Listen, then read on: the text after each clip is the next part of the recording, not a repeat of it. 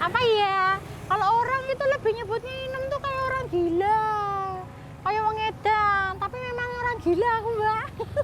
Lah nek enggak gila ya enggak mau cantik-cantik kayak aku jalan-jalan ngungutin sampah ya enggak mau toh. Tapi orang pada seringnya nyebutnya aku gila, Mbak. Jadi karakternya mungkin bisa dikatakan karakternya wong edan.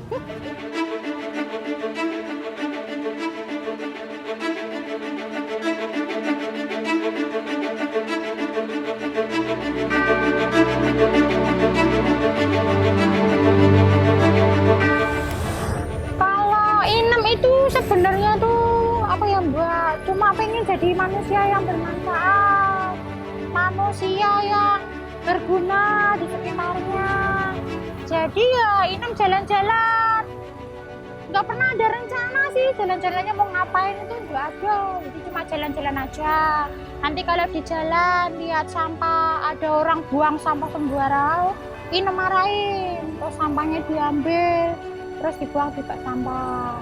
Kalau ketemu sama anak-anak, wah itu Inem jadiin teman, Inem ajak ngobrol, terus Inem kasih tahu unggah-ungguh Jawa. Unggah-ungguh Jawa itu mungkin lebih dikatakan mengajarkan sopan santun. Nah, jadi Inem tuh keliling macam-macam, Mbak, jalan-jalan, bisa ketemu simba-simba, curhat sama simba-simba, ngobrol sama simba-simba, nolongin orang kalau bisa ditolong. Pokoknya semua hal-hal positif lah, Mbak, semua Inem lakukan di jalan. Begitu.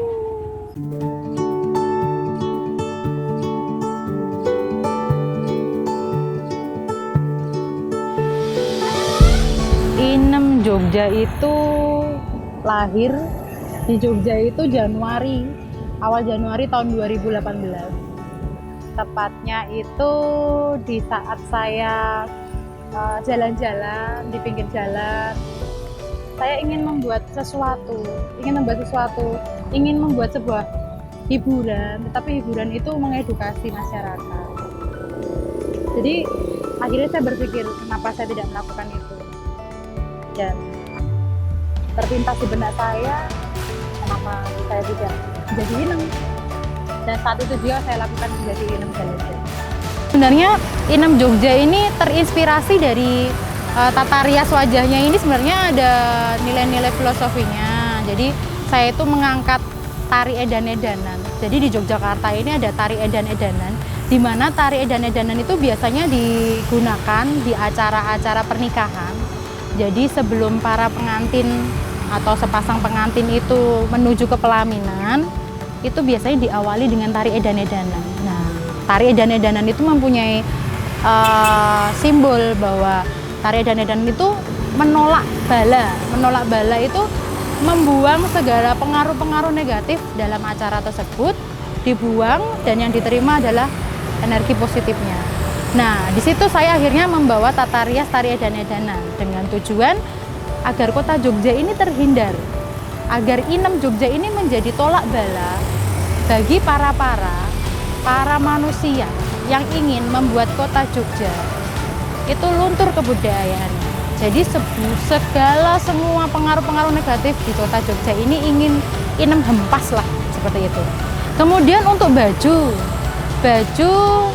dan kain yang Inem gunakan, sebenarnya itu adalah semua yang Inem pakai dari atas sampai bawah. Itu tidak ada Inem yang Inem adakan untuk sengaja, Inem beli untuk Inem jalan, tidak.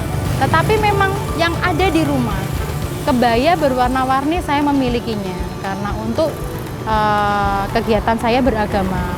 Kain jari memang saya mempunyai banyak karena untuk kegiatan saya berseni. Tas juga yang ada di rumah. Modal Inem Jogja ya hanya selembar tulisan Inem jalan-jalan itu saja yang dibuat dengan harga 5.000.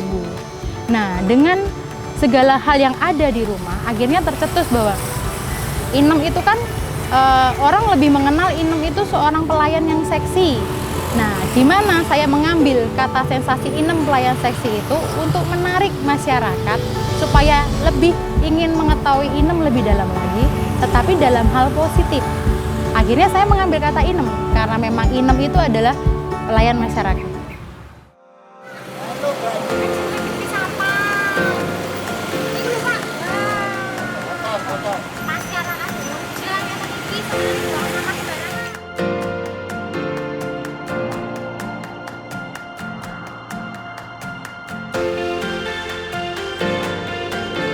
Jadi sebenarnya begini ya, sebenarnya saya tuh menginginkan Inem Jogja ini tanpa diketahui orang. Mengapa saya menggunakan tata rias yang saya gunakan ini supaya orang tuh sebenarnya tidak banyak mengenal siapa sih latar belakang di balik Inem. Tetapi karena di media sosial itu banyak sekali mahasiswa-mahasiswa saya, orang tua murid saya, di mana sanggar tari saya, siswanya sudah berjumlah 300-an. Jadi akhirnya orang mengenal Inem, kepo tentang Inem, dan akhirnya menemukan nama saya. Nah, akhirnya orang kepo lebih dalam. Memang saya memiliki sanggar tari di kota Jogja ini yang bekerjasama dengan beberapa yayasan. Salah satunya Yayasan Tembirma Budaya dan Yayasan Dan Marini.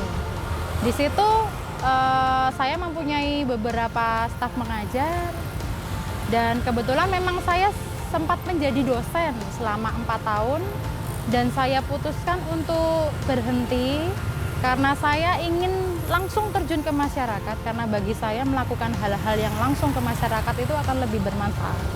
Jadi akhirnya saya putuskan saya ingin menjadi pelaku seni daripada saya menjadi dosen. Karena di mana saya menginginkan segala pekerjaan yang saya lakukan itu berasal dari hati saya dan saya melakukannya tanpa paksaan. Jadi bisa bikin saya awet muda begitu.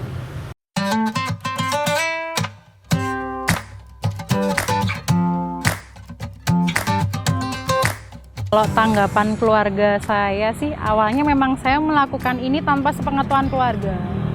Karena jujur suami saya itu bukan latar belakang dari dunia kesenian. Jadi terkadang dia masih belum bisa menerima hal-hal yang seperti saya lakukan.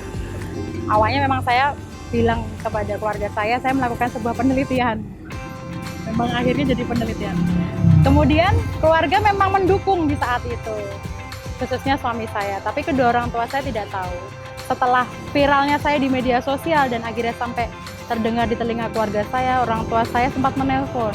Dan ketakutan karena dikiranya saya gila. Gila beneran, jalan-jalan, nggak diurusin suami. Awalnya keluarga memang sempat, kenapa kau melakukan hal seperti ini? Apakah selama ini kurang cukup kegiatan pekerjaan saya?